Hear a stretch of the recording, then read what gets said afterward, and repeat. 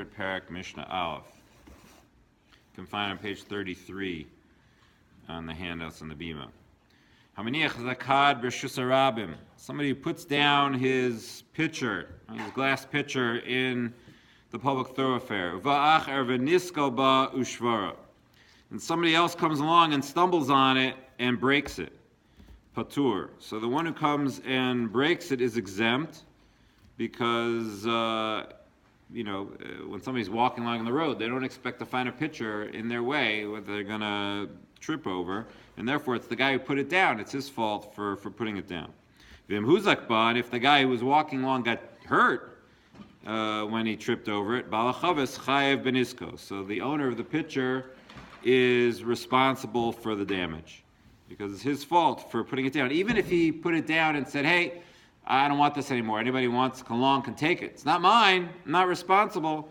No, you are responsible. It's like a pit that you dig in the public thoroughfare. You don't own that either, but it's your fault. You caused that damaging object to be there. You're responsible for it. You have to pay for the damages. Nishbra kado b'reshus harabim.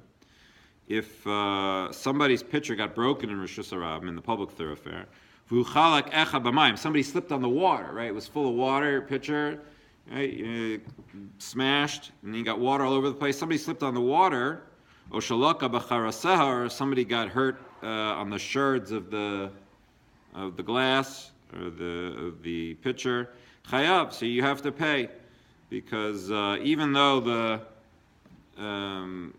the person who dropped it, maybe they slipped, so it's not their fault even, they slipped, and therefore you could make an argument that it's an ones, just something that happened, and therefore they shouldn't be responsible. The Tana Kama here takes the opinion that we call him a poshea. He's at fault. He is negligent. He should not have allowed himself to slip. The fact that he allowed himself to slip, that he takes responsibility. It's his fault. It's not called like a freak accident. That's called, you weren't looking where you were going. You're responsible.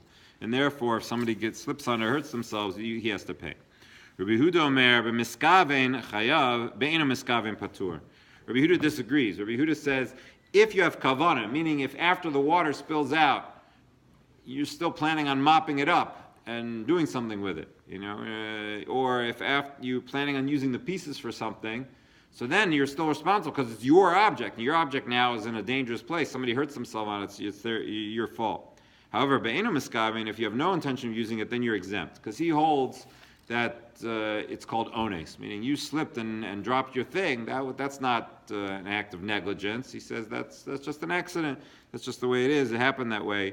And therefore, if the person says, this doesn't belong to me anymore, I'm not interested in taking care of this object, I don't want it anymore, therefore he's going to be exempt if somebody hurts themselves on the pieces.